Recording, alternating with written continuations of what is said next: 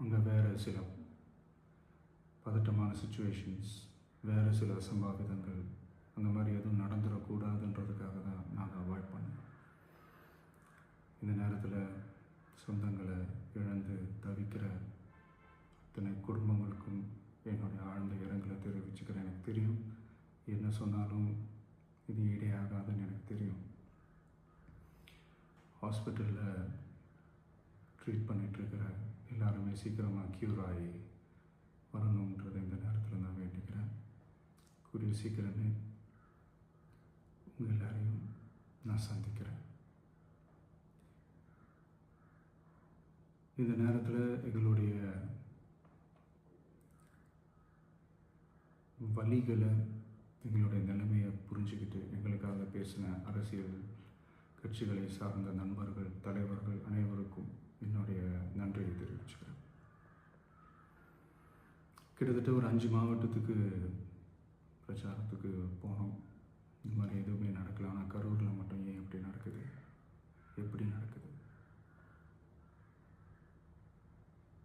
மக்களுக்கு எல்லா உண்மையும் தெரியும்.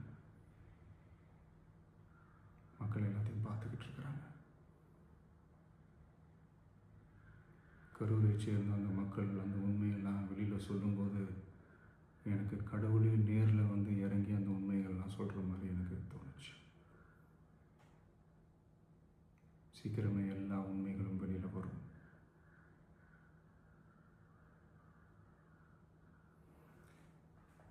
எங்களுக்கு தரப்பட்ட இடத்துல நாங்கள் போய் அந்த ஸ்பாட்டில் நின்று நாங்கள் பேசிட்டு வந்தோம். அதை தாண்டி எந்த தவறும் எங்கள் சைடில் நாங்கள் எதுவுமே செய்யலை.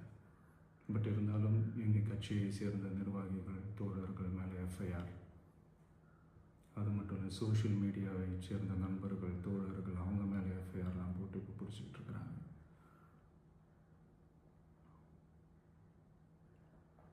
சிஎம் சார், உங்களுக்கு ஏதாவது இந்த பழி வாங்கணும் அப்படின்ற எண்ணம் ஏதாவது இருந்துச்சுன்னா என்ன வேணாலும் பண்ணுங்க. அவங்க மேலே கை வைக்காதீங்க. நான் ஒன்று வீட்டில் இருப்பேன், இல்லை நான் ஆஃபீஸில் இருப்பேன். என்ன வேணாலும் செய்யுங்க. நண்பர்களே, தோழர்களே,